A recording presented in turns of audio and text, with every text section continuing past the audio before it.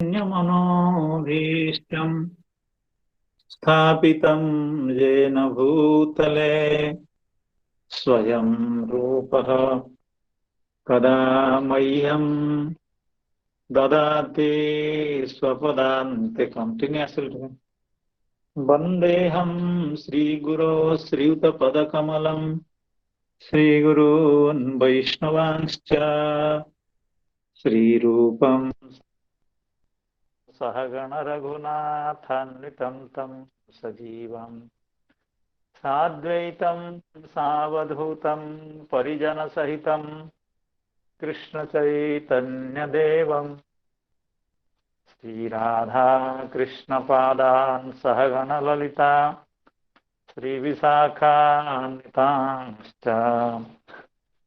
हे कृष्णा करुणा सिन्धो दीनबन्धो जगत्पते गोपेश गोपिका कांता राधा कांत नमोस्तुते तप्त कांचन गौरी राधे वृंदावनेश्वरी वृषभानुसुते देवी प्रणमामि हरिप्रिये नमो महावदान्याय कृष्ण प्रेमा प्रदायते कृष्णाय कृष्ण चैतन्य नाम्ने गौरत्विषे नमः वाञ्छाकल्पतरुभ्यश्च कृपा सिन्धुभ्य एव च पतितानां पावनेभ्यो वैष्णवेभ्यो नमो नमः। जय श्री कृष्ण चैतन्य प्रभो नित्यानंद श्री अद्वैता गदाधर श्रीवासादि गौरभक्ता वृंदा। हरे कृष्ण कृष्ण कृष्ण हरे हरे हरे राम राम राम राम हरे हरे। नमः ओं विष्णुपादाय कृष्ण प्रेष्ठाय भूतले श्रीमते भक्तिवेदांता स्वामिन्निति नामिने। नमस्ते सारस्वते देवे गौरवाणी प्रचारिणे निर्विशेष शून्यवादी पाश्चात्य देशतारिणे। तो इस प्रातःकालीन भगवत कथा में सम्मिलित समस्त संतजनों साधुजनों भक्तजनों एवं श्रीमद् भागवत कथा रस पिपासु सुधी जनों को मैं विनम्र प्रणति निवेदन करता हूँ। यह भगवान की अहितु की कृपा है कि हम लोगों को भगवान के दिव्य कथाओं का श्रवण करने का अनुकूल परिवेश प्राप्त हुआ है। तो इसके लिए हम भगवान को कितनी भी कृतज्ञता ज्ञापन करें वो बहुत ही कम है। तो इसलिए बार बार उन भगवान के श्री चरणों में प्रणाम करने के अतिरिक्त हमारे पास कृतज्ञता निवेदन का और कोई दूसरा रास्ता नहीं है। इसलिए भगवान श्री श्री राधा माधव के चरणों में समस्त वैष्णवों के चरणों में हम प्रणाम बार बार निवेदन करते हैं। तो जैसे हम लोग ने कल तक की कथा में श्रीमद् भागवत के प्रथम पद्य का जन्माद्य श्लोक के अर्थ का हम लोग ने श्रवण किया और कल उस प्रसंग में कुछ प्रश्न भी आए, उनका समाधान करने की कोशिश भी की गई। लेकिन हम लोगों को यह समझना है कि अभी हम लोग अत्यंत प्रारंभिक चरण में हैं। अभी हम लोग ने शुरुआत ही की है। 18,000 श्लोकों में से हमने केवल एक श्लोक का अध्ययन आचार्यों की व्याख्या के आधार पर किया है। तो इसमें अगर इतने में अगर हम लोगों को इतना आनंद की प्राप्ति हो रही है एवं हमारी बुद्धि में इतनी चिंताएं आ रही हैं, ये कैसे हुआ, ये कैसे हुआ, इसका मतलब है भगवान की हमारे ऊपर विशेष कृपा है कि इस विषय को जानने के लिए हमारी इच्छा उत्पन्न होती है, हमारे मन में प्रश्न आते हैं, हमारे चित्त में विभिन्न विकल्प आते हैं। तो यही भगवान को जानने के लिए या भगवान से प्रेम करने के लिए, भगवान से की भक्ति करने के लिए यही प्रारंभिक अवस्था है। इसी को ही श्री व्यासदेव ने कहा है जन्माद्यस्य अथा तो ब्रह्म जिज्ञासा। तो हम लोगों के चित्त में यह जिज्ञासा उदित होती है, प्रश्न होते हैं, उसका हम चिंतन करते नहीं तो प्रश्न कैसे होता है। ऐसे भी प्रश्न इतनी आसानी से भी नहीं होता है, जब व्यक्ति का चिंतन होता है तभी जाकर के उसके चित्त में विभिन्न प्रश्न आते हैं। तो कुछ लोग उस प्रश्न को व्यक्त करते हैं, कुछ लोग व्यक्त नहीं कर पाते हैं। लेकिन जो व्यक्त नहीं भी करते हैं उनके स्वभाव के कारण, उनकी सरलता के कारण या उनके संकोच के कारण, लेकिन उनके भी मन में प्रश्न होते हैं। जब एक दो व्यक्ति कोई कुछ प्रश्न करते हैं तो उसको यह समझना चाहिए कई लोगों का यह प्रश्न है। तो उस तरह के कुछ प्रश्नों को लिया गया और आगे इन ऐसे प्रश्न की चर्चा तो होगी ही, लेकिन हम लोगों को थोड़ा सा पेशेंस, धैर्य रखना पड़ेगा, क्योंकि अब लोग हम शुरुआती चरणों में हैं। तो धीरे धीरे भगवान की कृपा होती जाएगी, बातें हम स्पष्ट होती जाएगी, हम लोग इसको समझते जाएंगे। एक संकट तो क्या, एक अनुकूलता एक महाराज जी के द्वारा आज सुबह हुई। हमारे जो परम आदरणीय विष्णु महाराज जी, वो शायद अभी ग्रुप में हैं भी, तो वे बार बार हम लोगों को आग्रह कर रहे हैं कि आप श्री चक्रवर्ती पाद की व्याख्या के आधार पर श्रीमद् भागवत के प्रथम पद्य के 5 अर्थ बताएं। तो लेकिन गौड़ीय संप्रदाय के मुख्य आराध्य तो जैसे राधा कृष्ण हैं, ठीक उसी तरह से श्री चैतन्य महाप्रभु भी हैं। तो ऐसा क्या संभव नहीं है कि इस श्लोक का श्री चैतन्य महाप्रभु पर का अर्थ हो, अर्थात उनके ध्यान की बात बताई जाए या उनकी स्तुति हो, उनको प्रणाम करने की बात बताई जाए, ऐसा क्या संभव नहीं है। तो जैसे उनकी हम लोगों के ऊपर इतनी ज्यादा श्रद्धा है, इतना ज्यादा विश्वास है, तो वो उन्होंने कहा कि आप लोग कर सकते हैं अगर कोशिश करें। हम लोगों ने कहा कि महाराज हम लोगों की इतनी योग्यता नहीं है, लेकिन आपकी कृपा है, आप जैसे संत जनों का आशीर्वाद है, तो कुछ हो सकता है भले, लेकिन इतनी योग्यता नहीं है कि हम कोई नया अर्थ उसमें से निकाल सकें। ऐसा कह करके हम लोगों ने इस बात को टाल दिया था महाराज जी को। लेकिन सुबह महाराज जी ने कहा कि आप लोगों को कुछ करने की भी जरूरत नहीं है, सब करे कराया है, अर्थात सब रेडीमेड है, आप केवल उसका परिवेशन करिए। मैंने कहा कि महाराज जी कैसे रेडीमेड है। महाराज जी का कहना था कि जब बंशीधर शर्मा जी 100 अर्थ कर सकते हैं और आचार्य अनेकानेक अर्थ कर सकते हैं, तो एक अर्थ महाप्रभु के लिए भी होना चाहिए। और ये आपको नहीं करना है, ये हम लोगों के जो आचार्य हैं श्री भक्ति विनोद ठाकुर, जिनको गौड़ीय संप्रदाय में अत्यंत उन्नत स्थान प्राप्त है, अत्यंत समादरणीय आचार्य हैं, उन्होंने ही ऐसा अर्थ कर रखा है कि श्री चैतन्य महाप्रभु इस श्लोक के द्वारा आराध्य के रूप में या ध्येय के रूप में बताए गए हैं। तो महाराज जी का आग्रह था कि आप आज ही कहिए, क्योंकि आपका तो पहला श्लोक खत्म हो गया, आप तो दूसरे श्लोक में जाएंगे। तो मैंने कहा महाराज जी इतनी जल्दी नहीं होती है, हम लोग थोड़ा बहुत संस्कृत जानते हैं, ये जरूर है, लेकिन किसी भी पदार्थ को विश्वास पूर्वक कहने के लिए थोड़ा समय भी चाहिए और ग्रंथ की कृपा भी चाहिए, उसका बार बार आलोडन होने के बाद ही हम लोग उसका प्रतिपादन कर सकते हैं। क्या कि नहीं, आप उसकी कोई भूमिका करिए।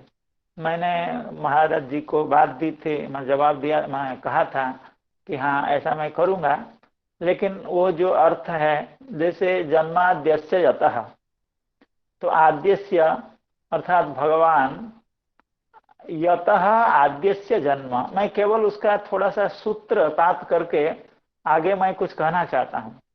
तो आद्यस्य का मतलब हुआ अर्थात भगवान नाम का, क्योंकि शास्त्र में जितने भी अभिधेय तत्व हैं, भगवान नाम उसमें सबसे प्रमुख अभिधेय तत्व के रूप में प्रतिपादित किया गया है। और विशेष करके इस कलियुग के लिए भगवान नाम को छोड़ करके दूसरा कोई रास्ता नहीं है। नाम संकीर्तनम यस्य सर्व पाप प्रणाशनम, केवल इतना ही नहीं, पाप प्रणाशन तो नाम का सामान्य फल है, अर्थात अवान्तर फल है, आनुषंगिक फल है। भगवत प्रेम को दिलाने वाला भगवान को जो नाम है वो है आद्य, अर्थात समस्त साधनों में मुख्य साधन। उनका जन्म यस्मात्, अर्थात जिस चैतन्य महाप्रभु के कारण, क्योंकि भगवान नाम तो सब दिन विराजमान था, समस्त शास्त्रों में भगवान नाम का महात्म्य का की बात कही गई है, श्रीमद् भागवत शास्त्र में कही गई है, अन्य अन्य शास्त्रों में कही गई है। लेकिन महाप्रभु ने नाम के महात्म्य को प्रकाशित किया, घर घर जा करके, पूरे भारतवर्ष में, दक्षिण भारत में, उत्तर भारत में जा करके अपने भगवान नाम का प्रचार करने के लिए बहुत कष्ट सहन किया। और रूप सनातन प्रवृत्ति जैसे दिग्गज, भक्ति शास्त्र के भी दिग्गज और भक्ति मार्ग के भी दिग्गज विभूतियों को आपने कृपा की। तो इस तरह से भगवान नाम का प्रचार महाप्रभु के कारण हुआ। तो इसलिए आद्यस्य भगवान नाम का, जिन भगवान से, श्री चैतन्य महाप्रभु से जन्म हुआ है, अर्थात प्रवर्तन हुआ है, अर्थात प्रकाश रूप में, पूर्ण प्रकाश रूप में आया है। केवल इतना ही नहीं, देखिए इसको हम लोग भी बच्चे जब थे तो हम लोग साधु का दर्शन करते थे। जैसे हमारा पुरी में रहना हुआ तो हम लोग संतों का दर्शन करते थे, तो नाम करते हैं साधु, या तिलक लिए हुए हैं, माला लिए हुए हैं, जाते हैं रास्ते में, मंदिर जाते हैं, इधर उधर देखते हैं, लेकिन उतना नाम के प्रति बोध या संतों के प्रति इतना स्नेह या भागवतादि ग्रंथ के प्रति इतनी रुचि नहीं हुई थी। मैं थोड़ा सा अपना व्यक्तिगत बात भी करना चाहूंगा इस प्रसंग में। व्यक्तिगत बात अर्थात जो रुचि उत्पन्न हुई या इस मार्ग में चलने का जो मन बना धीरे धीरे, वो प्रभुपाद जी के ग्रंथ को पढ़ने के बाद बना। श्री अभय चरणारविंद भक्ति वेदांत स्वामी प्रभुपाद के ग्रंथों को पढ़ने के बाद बना। यद्यपि ग्रंथ की कोई कमी नहीं थी, गौड़ीय संप्रदाय में उससे पहले कई आचार्य, बड़े बड़े जीव गोस्वामी, रूप गोस्वामी, सनातन गोस्वामी जैसे दिग्गज आचार्य के ग्रंथ थे, लेकिन उन ग्रंथों को पढ़ने का मौका नहीं हुआ था या ऐसा वातावरण भी नहीं मिला था। लेकिन प्रभुपाद के ग्रंथ को इंग्लिश में पढ़ करके हम लोग, मेरे लिए ऐसे बहुत भारतवर्ष में भक्त हैं, अर्थात जो भक्ति मार्ग में जाना चाहते हैं, प्रभुपाद जी के ग्रंथ को पढ़ करके भक्ति के प्रति आकृष्ट हुए हैं। केवल भारत की बात नहीं है, पूरे विश्व में।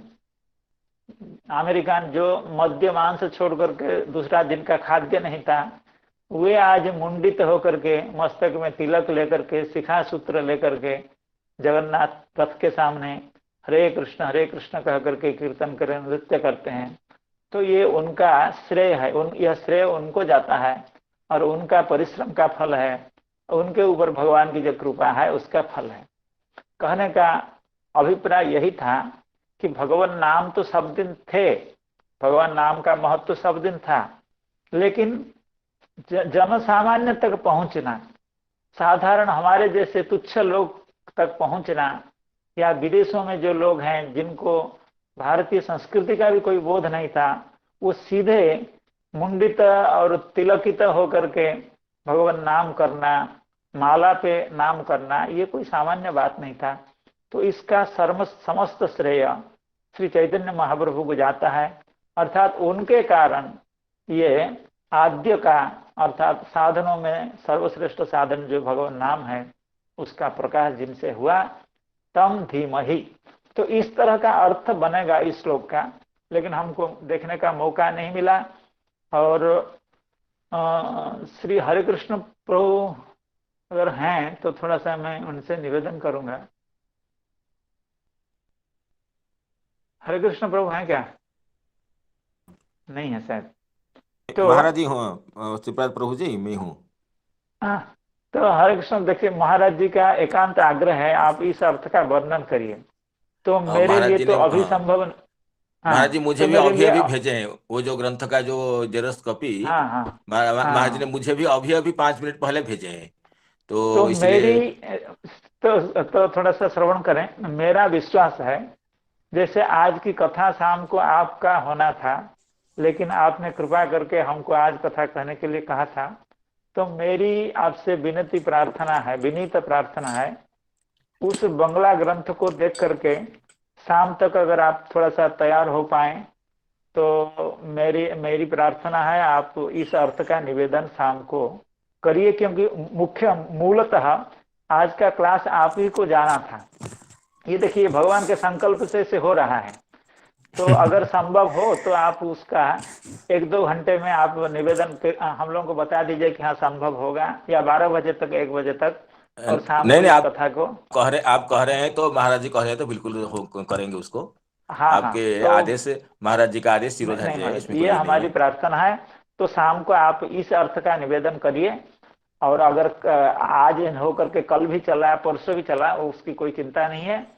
तो इसलिए मैं अब दायित्व मुक्त हो गया आपको यह दायित्व दे करके। तो नहीं नहीं। और महाराज जी की इच्छा भी पूर्ण होनी चाहिए। ये केवल महाराज जी की इच्छा नहीं, बहुत गौड़ीय संत, गौड़ीय भक्त हम लोगों के साथ जुड़े हुए हैं, और हम लोगों का भी झुकाव उसी तरह है। तो इतना बढ़िया सुजोग और इतना बढ़िया सजेशन और कुछ हो नहीं सकता है। तो इसलिए महाराज जी के श्री चरणों में मैं बार बार कृतज्ञता देना चाहता हूँ, धन्यवाद देना चाहता हूँ। और आपके लिए विनीत प्रार्थना है आप उसको तैयार कर पाइएगा, ये मुझे पूरा विश्वास है। और आप तैयार ही है, एक बार देख करके उसको करना है। तो बिल्कुल शाम बिल्कुल, की आपके कथा, इस आदेश है तो इसका तो निश्चित पालन करने के लिए तो मैं कोशिश करूंगा। शाम को जन्माद्यस्य यतः श्लोक का जो महाप्रभु पर का अर्थ है वो होगा। हाँ, तो मैं तो आप अभी तो सबसे आप फिर, अनुमति। अभी इस समय आज तो सुबह फिर ये जो अर्थ की चर्चा आपने की थी उसकी थोड़ा पुनरावृत्ति और संस्मरण, और किसी को जिज्ञासा हो तो उसी पर चर्चा हो, या क्या हाँ, तो करेंगे? वो हो सकता है, या आगे की कथा भी हो सकती है। अगर हाँ कल हाँ जैसे देखिए कोई ऐसा बहुत संगत प्रश्न हो, या जो जिसका उत्तर संभव हो, या जिसका कुछ निर्णय उत्तर है। कुछ प्रश्नों के उत्तर होते हाँ हैं, कुछ अनिर्णित चलते हैं, वाद विवाद भी चलता है, युक्ति तर्क भी शास्त्र में जैसे हम हाँ लोग करते हैं वैसा नहीं हाँ है। कुछ अगर हाँ अत्यंत संबद्ध प्रश्न हो, जहां तक अर्थ, जितने अर्थ बताए गए श्लोक के, उसमें कुछ संबद्ध प्रश्न हो तो उन प्रश्नों का स्वागत है। अगर वैसा प्रश्न हो तो करें, नहीं तो फिर हम लोग अगले श्लोक में प्रवेश करेंगे। प्रथम श्लोक की हाँ। चर्चा काफी हुई है। तो प्रभु जी उस तरह का कोई प्रश्न, हाँ महाराज जी दंडवत। बोलिए दंडवत। बोलिए प्रभु जी बोलिए। क्षमा चाहता हूँ कि आपको थोड़ा डिस्टरबेंस हुआ कोई हुआ हो डिस्टर्ब नहीं, सकता है। आपकी कृपया। हाँ हाँ। और विद्वान लोग सब हमारे संग में बैठे सबको मैं प्रणाम ज्ञापन करता हूँ। बात यह है कि हम जितना हम अभी इतना दिन तक जन्मादिश्य श्लोक को जो श्रवण किया टीका के अनुसार, इतना सुंदर से पद पदांत के किया सब कुछ, और उसको मैं रिपीट नहीं करता हूँ, सब लोग जानते हैं। सब हम सुना सब आचार्यों का जो भाषा और जो उनका जो भाव और भक्ति, ये तो हमारा जन्म का सार्थक हो गया इससे सुन के। एक ही बात ये हुआ कि कली युग का धर्म जो नाम संकीर्तन और भागवत का उद्देश्य जो धर्म को स्थापन करने के लिए कलियुग को, कलियुग धर्म का निरूपण में भागवत में 12 स्कंद में, और प्रथम शुरू से प्रथम स्कंद से भी ये कलियुग के लिए ही तो व्यासदेव का अवतार, कलियुग के लिए ही श्रीमद् भागवत का प्रकाश से जहाँ जो श्लोक आप व्याख्या किया था कलौ नष्ट दृष्टाम दृष्टामेश कलौ नष्ट दृशामेश पुराण को अधुनोदित कलौ नष्ट दृशाम। तो कलिजुग के जो नष्ट दृशा अंधकार को पुराण को उदित पुराण अर्क भागवत जो आलोक दिया, जो भागवत में नाम संकीर्तन समस्त संप्रदाय में बा मायावादी हो बा पाषांडी हो कर्मी हो ज्ञान हो जो कुछ हो, नाम को छोड़ के कोई नहीं है। नाम को ही लेके सब कुछ करते हैं और नाम को कोई छोड़ा नहीं है। सब व्याख्या में नाम का व्याख्या सबका ही है और नाम ही भगवान की जो ओंकार गायत्री का अर्थ ब्रह्म परमात्मा भगवान बा रस स्वरूप बा जो कुछ है नाम में ही है। और नाम में ही नाम संकीर्तनं जस्य सर्व पाप प्रणाशनम, ये जो आखिरी श्लोक है भागवत के, ये तो नाम में ही है। सत्य परम धीमहि, सत्य भी भगवान का नाम ही है, परम सत्य भी भगवान की परम ब्रह्म का की और नाम ही है। तो नाम के जो कलिजुग की वो कृपा करके धन्य हो गया कलिजुग, जो नाम के लिए कलिजुग सार युग बताया है। जो कलिजुग में जन्म होने के लिए सत्य युग कृत युग को प्रजा प्रार्थना करते हैं यहाँ पर जन्म होने के लिए, ये नाम ही करने से ही सब कुछ शुद्ध होगा। जितना मंत्र जंत्र तंत्र जितना सब रक्षा बंधन जो कुछ है और नाम को आश्रय करके ही होता है। नाम ही कलिजुग का धर्म है। तो इसी को ऊपर थोड़ा सा नहीं सुनने से थोड़ा अफसोस रह गया और नाम को प्रचार किया सारा पृथ्वी में। कलिजुग में जो महाप्रभु संकीर्तन का पितरो और कलिजुग के लिए संकीर्तन के बारे में भागवत में बताया कि ना संकीर्तने नैव सर्व सिद्धि अभिलषते और तिसा कृष्णम सांगो पांगाद पार्षदम यज्ञ संकीर्तन प्राय ही जदंती सुमेधस, ये कलिजुग में बताया। इसलिए मैं सब विद्वानों को, हमारा इतना बड़ा सौभाग्य है, इतना डिटेल हम सब आलोचना करते हैं, तो इसको छोड़ देने से थोड़ा रस का वृष्टि कैसे हो सकता है। और राम रसते ही तो सबको आता है। इसीलिए मैं सबका प्रार्थना किया और आप लोग को ग्रहण किया। इसीलिए मैं भी आनंद और कृतार्थ हूँ। आपको कृपा करूँ और सबके लिए सबको भी प्रार्थना करता हूँ। इसको थोड़ा सब संप्रदाय का सब आचार्य समस्त मायावादी भी सब नाम को ग्रहण करके ही सब कुछ करते हैं। इसलिए आप इसी को ही लेके ही आपका जैसे उसको ये प्रथम श्लोक को समाधान करेंगे। मैं यही प्रार्थना है, आपको सबको प्रार्थना है ये। हरे कृष्ण। आपकी आज्ञा शिरोधार्य है और इसका दारोमदार, इसका पूरा दायित्व हरे कृष्ण प्रभु जी के सर पर गया है। प्रभु का तो नाम ही हरे कृष्ण है, इसलिए तो उनका ही तो नाम ही तो ये होगा। आपकी आज्ञा है, ये अवश्य होगा। तो अभी केवल नाम केवल गौड़ीय संप्रदाय ही कह रहे हैं, महाप्रभु ही कह रहे हैं, ऐसा नहीं है। गोस्वामी जी की वह पंक्ति सभी को याद है, कलिजुग केवल नाम अधारा, सुमेरी सुमेरी नर उतर ही पारा। तो इससे बढ़कर कर क्या कहा जा सकता है भगवान नाम के बारे में। तो वह अर्थ होगा शाम को श्री हरे कृष्ण प्रभु जी इसका निवेदन करेंगे। तो अब और भी कोई अगर किसी का प्रश्न हो तो करें, नहीं तो हम लोग आगे चलते हैं। या कोई परामर्श देना हो। जय सिया, ठीक जय सिया राम। सबको सादर प्रणाम करते हुए एक अर्धाली निवेदन करने की इच्छा है। बिल्कुल बिल्कुल। चहु जुग चहु श्रुति नाम प्रभाव, कलि विशेष नहीं आनो पाओ। जय राम लगा दी। श्री राम जय राम, जय जय राम। सबको प्रणाम। हरे कृष्ण हरे। वाह, बहुत बहुत अच्छा किया। तो नाम के प्रति सभी की रुचि है, सबका आश्वासन है, विश्वास है, क्योंकि कली में और कोई उपाय ही नहीं है। तो अगर कोई और नहीं हो तो हम अगले श्लोक में प्रवेश करेंगे। तो हम लोग प्रथम श्लोक का अर्थ श्रवण कर रहे थे।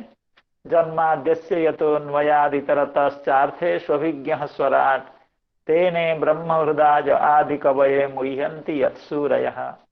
तेजो वारि मृदाम यथा विनिमयो यत्र त्रिसर्गो मृषा धामना स्वेन सदा निरस्त कुहकम सत्यम परम धीमहि।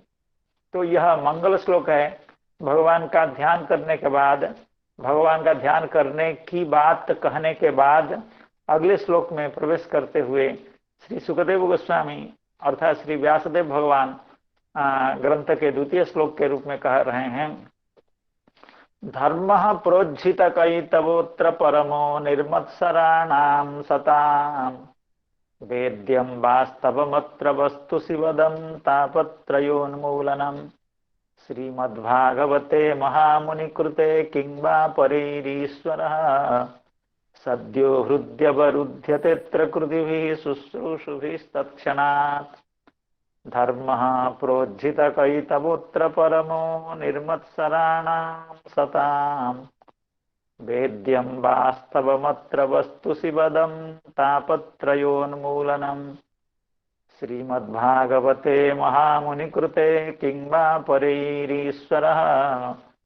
सद्यो हृद्यवरुध्यतेऽत्र कृतिभिः शुश्रूषुभिस्तत्क्षणात्। तो इसकी जो भूमिका है, इसका अर्थ तो सामान्य अर्थ भी होगा, व्याख्या के साथ होगा। इसकी भूमिका में जो श्रीधर स्वामी जी महाराज कह रहे हैं, तो हम लोगों की जैसे व्यवस्था है, हम लोग श्रीधर स्वामी जी की व्याख्या का पाठ पहले करते हैं, उसके बाद श्री चक्रवर्ती पाद की व्याख्या का पाठ करते हैं। तो श्री श्रीधर स्वामी पाद की व्याख्या में वे कह रहे हैं इस श्लोक की भूमिका में, इदानीं श्रोतृ प्रवर्तनाय श्री भागवतस्य कांडत्रय विषयेभ्यः सर्वशास्त्रेभ्यः श्रैष्ठ्यम दर्शयति।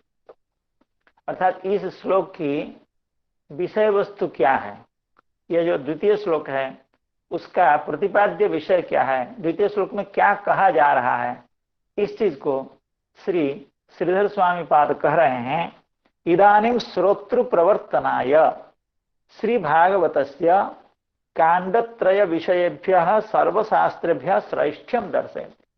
अर्थात इस श्लोक में, द्वितीय श्लोक में श्रीमद् भागवत ग्रंथ की सर्वश्रेष्ठता प्रतिपादित की गई है।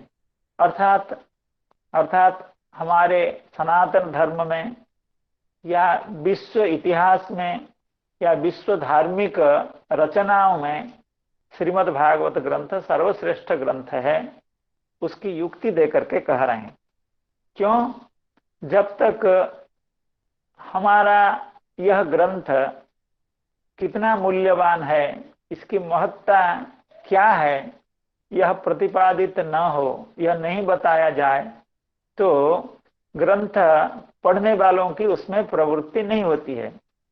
इसीलिए आजकल के युग में जो एडवर्टाइजमेंट होते हैं टीवी में, मीडिया में, कि इस वस्तु का, यह जो प्रोडक्ट है, यह जो वस्तु उत्पादित हुई है, इसका यह महत्व है और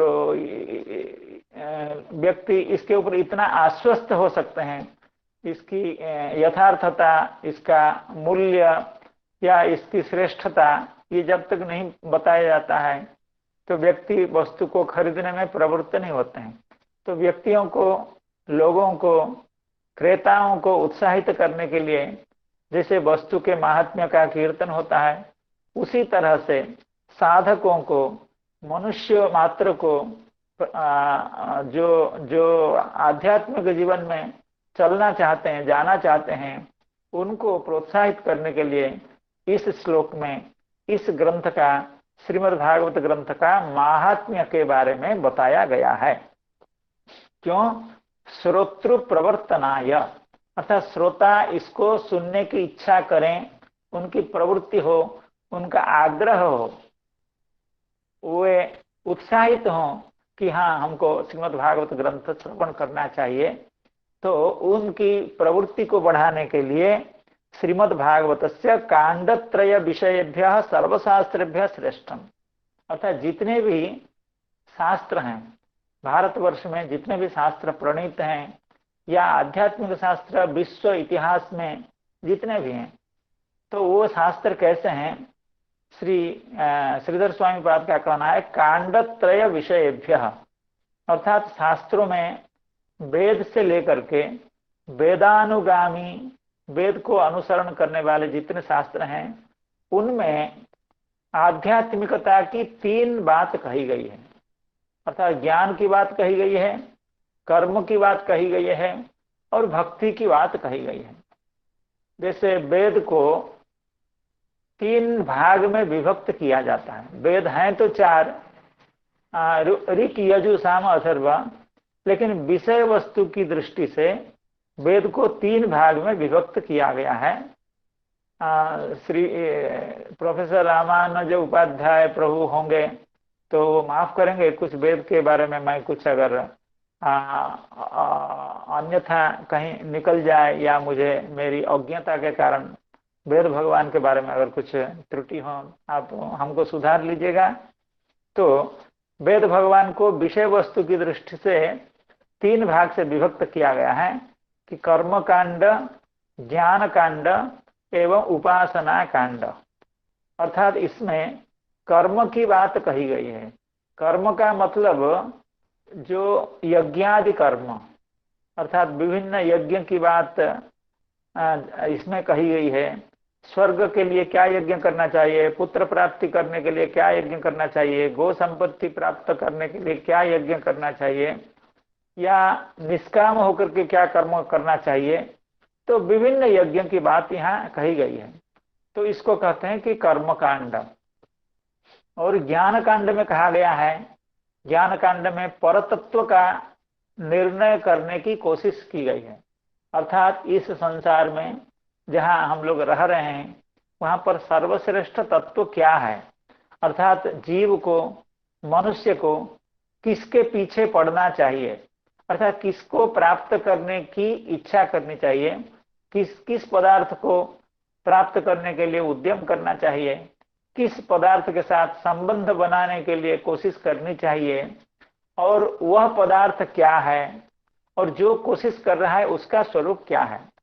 अर्थात जो जगत का परतत्व है, संसार का जो परतत्व है वह क्या है, उसका स्वरूप क्या है, एवं जो जीव तत्व हैं, जो हम सब हैं, हम लोगों का क्या स्वरूप है, एवं हमारे स्वरूप के साथ वो परतत्व का स्वरूप का क्या मेल है, क्या सामंजस्य है, क्या सादृश्य है, क्या वैसादृश्य है, और उस परतत्व को प्राप्त करने के लिए जीव को क्या करना चाहिए, उसको क्या बोध होना चाहिए, अभी उसका जो बोध है वो बोध कैसा है, वो यथार्थ है या अयथार्थ है। इस तरह की बातों की चर्चा ज्ञान कांड में हुई है। अर्थात जहाँ ज्ञान की बात, अर्थात परतत्व को जानने की बात, स्व को जानने के बाद अपने को जानने की बात की चर्चा हुई है, यह ज्ञान कांड है। और एक कांड है उपासना कांड, अर्थात विभिन्न देवताओं की आराधना की बात, इंद्र की आराधना की बात, अग्नि की आराधना की बात, सूर्य की आराधना की बात, ब्रह्मा की आराधना की बात, देवी की आराधना की बात, गणेश की आराधना की बात, ये भी वेद में प्रतिपादित है। इसीलिए वेद को त्रिकांड कहा गया है, अर्थात इसमें 3 विषय मुख्यतः प्रतिपादित हैं। और हम लोग जानते हैं कि हमारा जो आध्यात्मिक साहित्य है या जो मुख्य साहित्य हैं, भारतवर्ष के दार्शनिक साहित्य हैं, वो वेद का अनुगमन करते हैं, वेद का अनुसरण करते हैं। इसलिए उनमें भी त्रिकांड की बात है। वेद में जैसे त्रिकांड की बात है, अर्थात कर्म, ज्ञान एवं उपासना की बात है, तो उन वेद को अनुसरण करने वाले सभी शास्त्रों में भी ज्ञान की, कर्म की एवं उपासना की बात कही गई है। तो श्री श्रीधर स्वामीपाद का कहना है, तो श्रीमद् भागवत ग्रंथ की क्या स्थिति है जब त्रिकांड है वेद, एवं त्रिकांड को, वेद को अनुसरण करने वाले शास्त्र में भी 3 बातों की चर्चा की गई है, 3 बातों का उल्लेख एवं विचार किया गया है। तो श्रीमद् भागवत तो उसमें कहाँ आते हैं, उनकी स्थिति क्या है? तो कहते हैं कि उनकी स्थिति क्या है, ऐसा नहीं, कांडत्रय विषयेभ्यः सर्वशास्त्रेभ्यः, अर्थात कांडत्रय को प्रतिपादन करने वाले जितने भी शास्त्र हैं, वो वेद ही क्यों ना हो, सबसे श्रेष्ठम, सबसे इनकी मुख्यता है, सबसे इनका बढ़ करके महात्म्य है। श्रीमद् भागवत ग्रंथ का महात्म्य सर्वशास्त्र से, सर्वशास्त्र समस्त शास्त्रों से अधिक है। अब कोई कहेगा कि वेद से कैसे अधिक हो गए? वेद तो मूल हैं, अर्थात समस्त शास्त्र की प्रवृत्ति के मूल हैं, आधारभूत हैं, तो उनसे भी श्रीमद् भागवत ग्रंथ की श्रेष्ठता है क्या? कहते हैं हाँ, उनसे भी श्रेष्ठता है। इसका हम लोग जब निगम कल्पतरो और गलितम फलम श्रीमद् इस श्लोक की व्याख्या का श्रवण करेंगे, उसमें भी वेद से भी श्रीमद् भागवत ग्रंथ का महात्म्य कैसा अधिक है, इसकी विस्तृत चर्चा होगी। एक सामान्य सी, एक कॉमन सेंस वाली बात है कि श्रीमद् भागवत ग्रंथ को वेद वृक्ष का, वेद कल्प वृक्ष का फल बताया गया है। तो हमेशा फल में ही स्वादुता वृक्ष से ज्यादा रहती है। जैसे आम का वृक्ष है और उसका फल है, अभी 2 महीने के बाद आम का फल आएगा, तो उसमें जो स्वादुता, जो आस्वाद्यत्व रहेगा, वो आम के वृक्ष में है क्या? आम का वृक्ष को कोई चिबाता नहीं है, लेकिन आम को सभी लोग आस्वादन करते हैं। तो इसलिए वृक्ष से भी स्वादुता, आस्वाद्यता फल में स्वाभाविक रूप से अधिक रहती है। और श्रीमद् भागवत ग्रंथ केवल फल मात्र नहीं है, अत्यंत परिपक्व फल, स्वादिष्ट फल और अस्तित्वगादि वर्जित फल, रसिक फल है। इसमें रस छोड़कर, रस के अतिरिक्त कुछ नहीं है, इस तरह की बातें बताई जाएंगी। इसलिए समस्त त्रिकांड शास्त्र से श्रीमद् भागवत ग्रंथ श्रेष्ठ है। इदानीं श्रोतृ प्रवर्तनाय श्री भागवतस्य कांडत्रय विषयेभ्यः सर्वशास्त्रेभ्यः श्रेष्ठ्यं दर्शयति। क्यों और कैसे? न धर्म प्रोज्झित कैतवोत्र परमो निर्मत्सराणां सतां वेद्यं वास्तवमत्र वस्तु शिवदं तापत्रयोन्मूलनम् श्रीमद्भागवते महामुनिकृते किं वा परैरीश्वरः सद्यो हृद्यवरुध्यतेऽत्र कृतिवे शुश्रूषुभिस्तत्क्षणात्। क्या मतलब हुआ?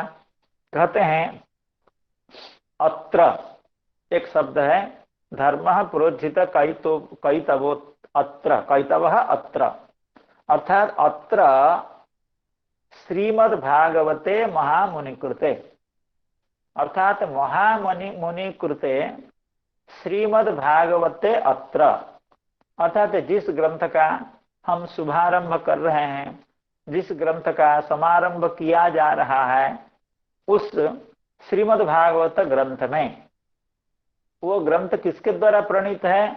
ना महामुनि के द्वारा। महामुनि साक्षात नारायण हैं। इसकी चर्चा व्याख्या में श्री श्रीधर स्वामीपाद करेंगे। अर्थात महामुनि जो भगवान नारायण हैं, उनके द्वारा कृत अर्थात प्रणीत या प्रोक्त या प्रवर्तित जो श्रीमद् भागवत, उसमें अत्र, तो मतलब हुआ महामुनि कृते श्रीमद् भागवते अत्र, अर्थात इस ग्रंथ में, श्रीमद् भागवत रूपी जो ग्रंथ है, उसमें क्या बताया गया है ना? परमः धर्मः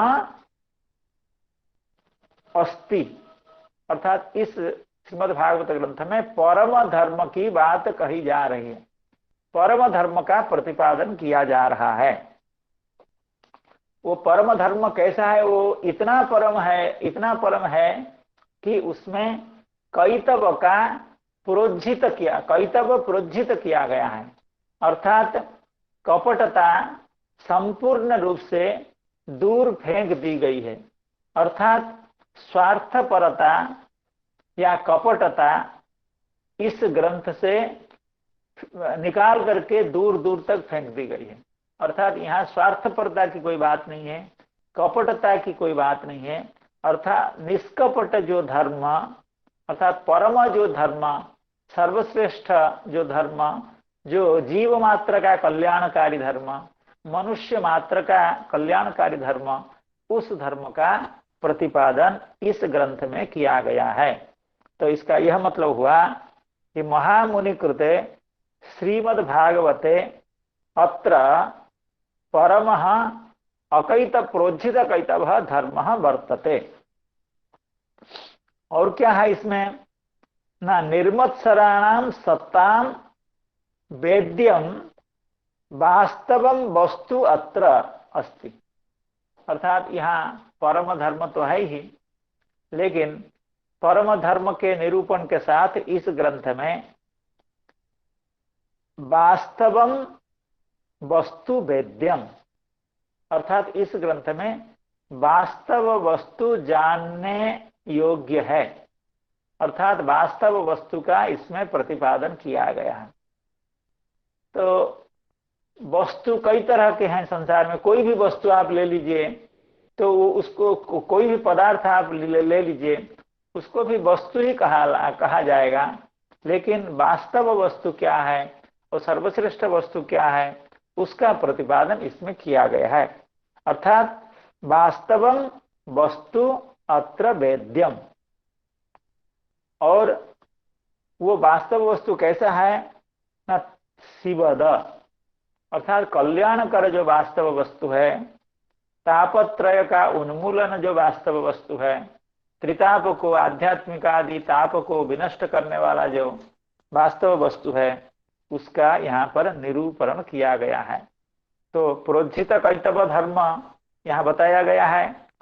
वो धर्म किसका है, प्रोज्झित कैतव जो परम धर्म है वो धर्म किसके द्वारा अनुष्ठित होने वाला है, अर्थात वो धर्म किसका है, कहते हैं निर्मत्सराणाम सताम, अर्थात जो संत जन हैं, जो साधु जन हैं, जो निर्मत्सर हैं।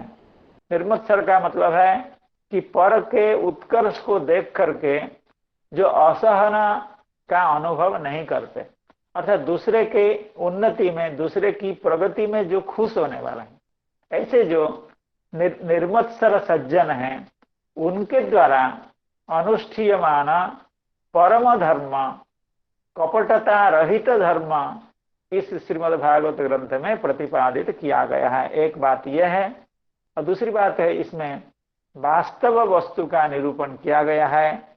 जो वास्तव वस्तु कल्याणप्रद है, शिवप्रद है एवं तापत्रय का उन्मूलन का साधन है।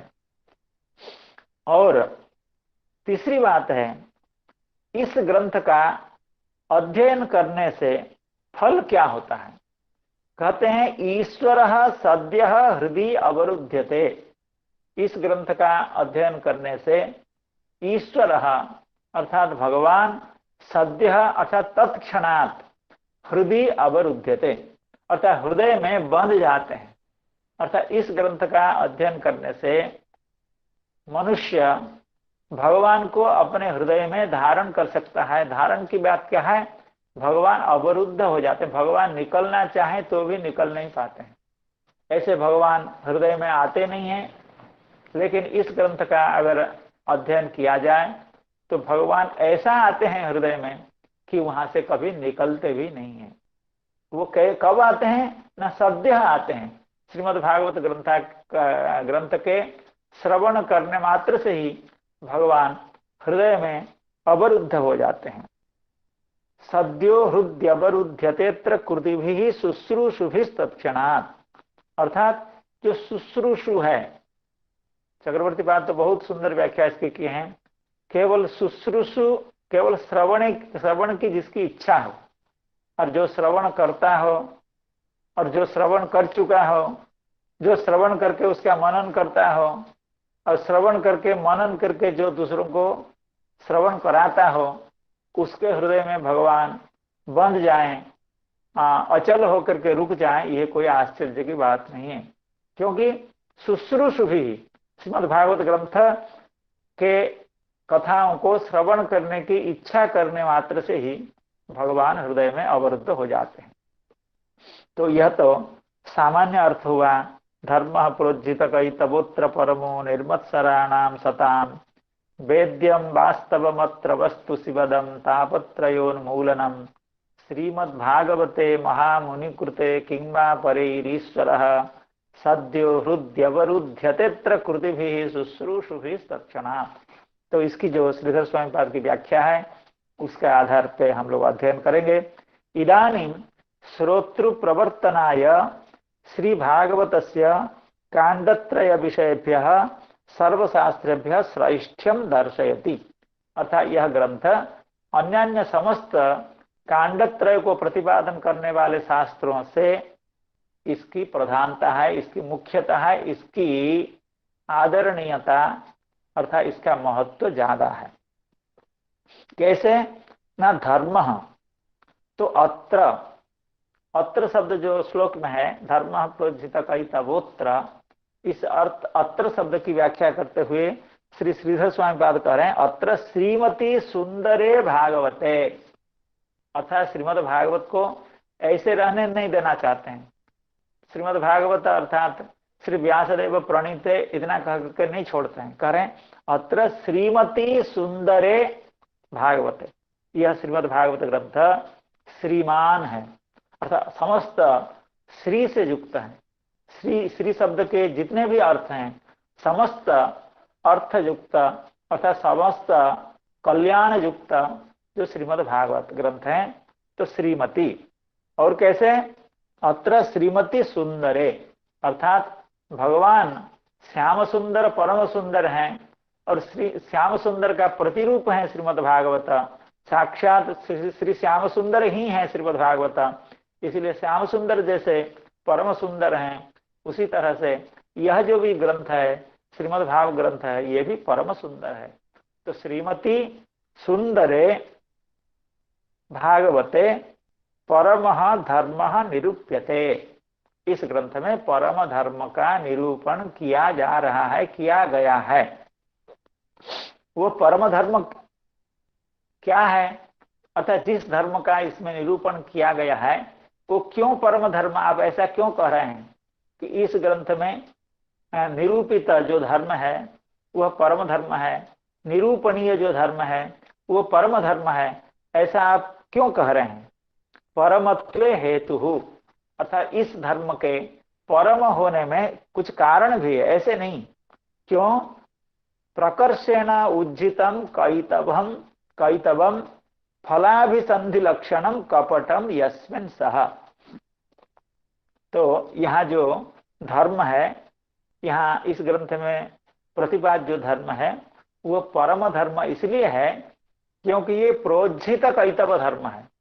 प्रोज्झित, उज्झित माने त्यक्त, प्रोज्झित माने प्रकर्षण अर्थात विशेष भाव से विशेष रूप से परित्याग किया गया हो। क्या प्रोज्झित है? क्या प्रोज्झित है? यहाँ ना कैतव प्रोज्झित है। कैतव शब्द का अर्थ कह रहे हैं फलाभिसंधि लक्षणम कपटम, अर्थात कपट, कपट का कपटता ही अर्थ समझिए, अर्थात जिसमें कपटता को विशेष रूप से परित्याग कर दिया गया हो। कपट का क्या मतलब है ना फलाभिसंधि लक्षणम, अर्थात फल को प्राप्त करने के लिए अन्य अन्य धर्म का मनुष्य अनुष्ठान करता है, तो यह करने से ऐसा होगा, यज्ञ करने से स्वर्ग में जाएंगे और अमुक भगवान को अमुक देवता को संतुष्ट करने से अमुक फल मिलेगा। परीक्षा में जा रहे हैं तो गणेश जी की स्तुति करके जाएंगे तो परीक्षा अच्छी हो जाएगी। युद्ध में जा रहे हैं तो कार्तिकेय भगवान की स्तुति करके जाने से युद्ध जय हो जाएगा। महादेव की स्तुति करने से विद्या लाभ होगा, या पार्वती महारानी के साथ महादेव का की स्तुति करने से, पूजा करने से दाम्पत्य जीवन अच्छा मिलेगा। तो इस तरह से फलाभिसंधि अर्थात विभिन्न लौकिक फल को प्राप्त करने के लिए जो अभिसंधि अर्थात इच्छा रहती है, अर्थात जो उद्देश्य रहता है, जो कामना रहती है, उस कामना से सर्वतोभावेन वर्जित है यहाँ का धर्म। अर्थात इस ग्रंथ में जिस धर्म का निरूपण किया गया है उस धर्म के साथ जीव का जीव की कामना की बात नहीं की गई है, अर्थात भौतिक फल प्राप्ति की कामना से वर्जित है। तो फलाभिसंधि लक्षणम कपटम यस्मिन, तो इसका क्या यह मतलब है आप किसी जागतिक फल की प्राप्ति नहीं करते हैं, अर्थात यहाँ लौकिक फल की बात नहीं कही गई है, क्या पारलौकिक फल की बात कही गई है? अरे पारलौकिक फल भी लौकिक ही है, अर्थात पारलौकिक फल क्या है? स्वर्ग आदि है, अर्थात हम यहाँ से जाएंगे तो स्वर्ग में हमको सुख मिलेगा, स्वर्ग में रहने को मिलेगा, इंद्र चंद्र आदि के साथ रहने को मिलेगा, वो भी लौकिक ही फल है। अर्थात क्योंकि इस लौकिक फल का जैसे विनाश है और दुख से युक्त है, हाँ, अर्थात यहाँ पर इस जड़ जगत में, इस भूपृष्ठ में, इस पृथ्वी में रहने वाले लोगों को जो जो समस्या है वही समस्या देवताओं को भी है। अर्थात हमारे साथ जैसे काम क्रोध आदि लगे हुए हैं, ईर्ष्या असूया आदि हैं, देवताओं के साथ भी वही है। तो वो जो पारलौकिक फल है, स्वर्ग फल है, स्वर्ग सुख है, वो भी कोई एकांततः जड़ जागतिक फल से भिन्न नहीं है, वो भी जड़ जागतिक फल है, लेकिन एक ऐसा फल है जिसको शास्त्रों में और हमारे परंपरा में सर्वश्रेष्ठ, मनुष्य का सर्वश्रेष्ठ अभिलषित वस्तु बताया जाता है। जैसे मोक्ष है, उसको चरम पुरुषार्थ कहा गया है, परम पुरुषार्थ कहा गया है। धर्म अर्थ काम मोक्ष में उसकी गिनती सबसे ऊपर है, सबसे बाद है, अर्थात वो सर्वश्रेष्ठ फल है। क्या आप उस फल की बात कर रहे हैं? कहते हैं कि नहीं, उसका भी यहाँ परित्याग किया गया है।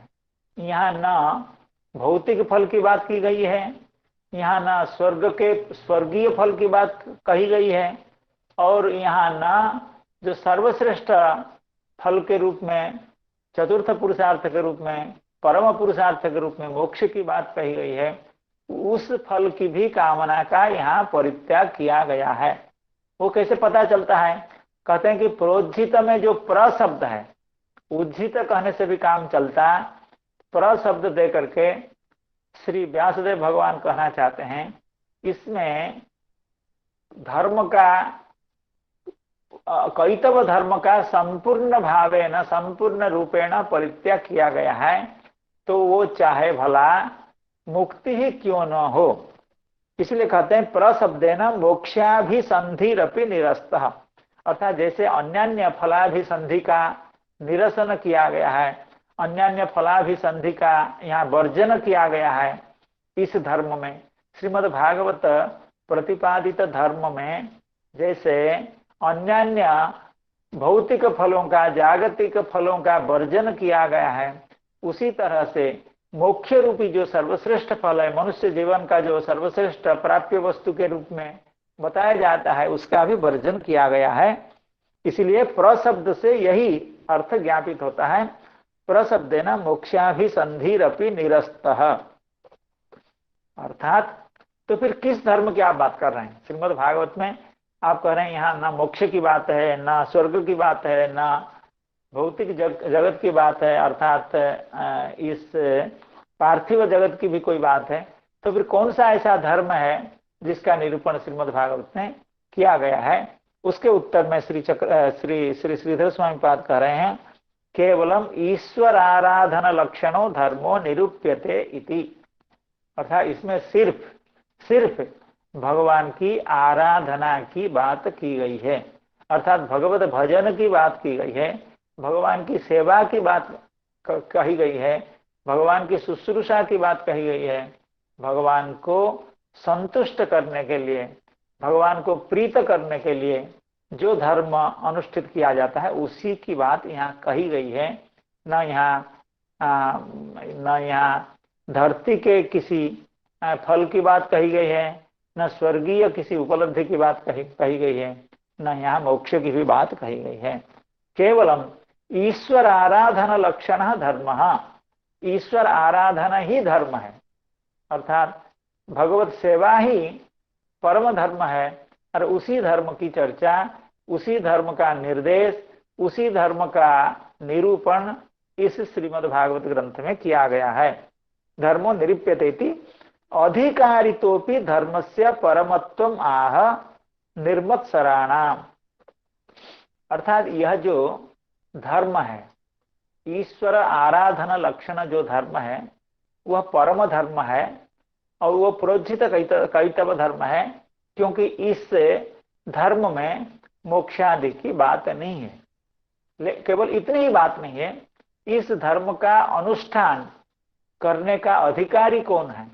अर्थात निस्वार्थ रूप से न भौतिक सुख की इच्छा, न स्वर्गीय सुख की इच्छा, न मोक्ष की इच्छा, फिर भी ईश्वर आराधना करेगा, कोई ईश्वर आराधना लक्षण धर्म का अनुष्ठान करेगा, तो कैसा अधिकारी होगा? वो क्या नासमझदार कोई होगा? अर्थात वो क्या बुद्धिमान नहीं होगा? अर्थात उसको की कोई समझदारी नहीं होगा, ऐसा धर्म का अनुष्ठान करेगा जिसमें कोई भी लौकिक या पारलौकिक या मोक्ष तक का फल नहीं मिल रहा है। कहते नहीं, वो है निर्मत्सराणाम सताम। अर्थात ऐसा धर्म कौन अनुष्ठान कर सकता है? जो निर्मत्सर व्यक्ति होते हैं। निर्मत्सर व्यक्ति अर्थात निर्मत्सर का मतलब क्या है? न परोत्कर्षा सहनम मत्सर तद रहितानाम। मत्सर शब्द का अर्थ है पर के उत्कर्ष का असहन, अर्थात दूसरों के प्रगति, उन्नति या उत्कर्ष को सहन न कर पाना, अर्थात दिल को दुखाना। दूसरे का, किसी का प्रमोशन हो गया, किसी का कुछ बड़ा गाड़ी हो गया, बड़ा बाड़ी हो गया कुछ, तो उसको सहन न कर पाना ही मत्सर है। और निर्मत्सर का मतलब है तद रहिता नाम, अर्थात जिनमें मात्सर्य एकदम से ना हो, जिनमें दूसरे के उत्कर्ष को देख करके असहनीयता की बात ना हो, बल्कि आनंद होने की बात हो, आनंदित होने की बात हो, खुश होने की बात हो, वही है निर्मत्सर। तो जो निर्मत्सर व्यक्ति हैं उनके आचरणीय जो धर्म है, अर्थात वे जिस परम धर्म का आचरण कर सकते हैं, करना चाहिए, उस धर्म का निरूपण इस ग्रंथ में किया गया है। निर्मत्सरों के लिए वह उपयुक्त धर्म है। प्रोज्झित प्रकर्षेण उज्झितम कैतवम अधिकारितोपि धर्मस्य परमत्वम आह। अर्थात इस धर्म का अनुष्ठान करने का अधिकारी भी अत्यंत उत्कृष्ट अधिकारी है। क्यों? जो निर्मत्सर व्यक्ति है वह ऐसा निष्कपट लक्षण धर्म का अनुष्ठान कर सकता है। फलाभिसंधि लक्षण रहित जो धर्म है उसका अनुष्ठान कर सकता है। और कैसा? निर्मत्सराणाम सताम। सता अर्थात भूतानुकंपिना, अर्थात दूसरे के उत्कर्ष में दिल जलने की बात तो दूर रही, लेकिन जो भूतों के अनुकंपी होते हैं, अर्थात दूसरों के ऊपर दया करने वाले होते हैं। असहन की तो कोई यहाँ बात ही नहीं है, बल्कि कोई जीव दुख में, दुर्दशा में, संसार में कष्ट भोग रहा हो तो उसको वहां से निकाल करके भगवान की ओर उन्मुख कर देना, उसको भक्ति की शिक्षा देना, भक्ति के मार्ग पर उसको ले जाने की इच्छा करना, यही है सज्जन का सही लक्षण। सज्जन वही होता है असली अर्थ में, वस्तुतः सज्जन वही है जो जीव को, सांसारिक व्यक्ति को संसार के दुख से निकाल करके भगवान की ओर उन्मुख कर पाए, वही सद्व्यक्ति होता है। और वही भूतानुकंपी होता है, वही असल अर्थ में, सही अर्थ में, वास्तव अर्थ में वही भूतों की दया करने वाला होता है। इसलिए कहा सताम। सताम अर्थात भूतानुकंपिना, भूतों के प्रति, प्राणियों के प्रति जिसकी अनुकंपा हो। अर्थात इस ग्रंथ में जिस धर्म का निरूपण किया गया है उस धर्म का अधिकारी, अर्थात उस धर्म का अनुष्ठान करने वाला भी व्यक्ति विलक्षण होता है। उसको पर के उत्कर्ष की, असहनता की तो कोई बात ही नहीं है, बल्कि दूसरों के प्रति वो कृपा करता है। दूसरे के दुख को देख करके वो दयार्द्र होता है, उसके चित्त द्रवीभूत हो जाता है, तो वो क्या करता है, उस व्यक्ति को संसार से लेकर के भगवान के ओर उन्मुख करता है। तो यही व्यक्ति, ऐसा ही व्यक्ति इस ग्रंथ में प्रतिपादित परम धर्म का अधिकारी है। उस धर्म का निरूपण किया जाता है और यह जो परम धर्म है इसका और भी क्या क्या उत्कर्ष हैं एवं श्रीमद् भागवत ग्रंथ का क्या क्या उत्कर्ष हैं, ये सब बातें श्लोक के बाकी अंश में बताए जाएंगे। आज तो समय हुआ है, तो मैं अपनी कथा को यहीं विश्रांति देना चाहता हूँ।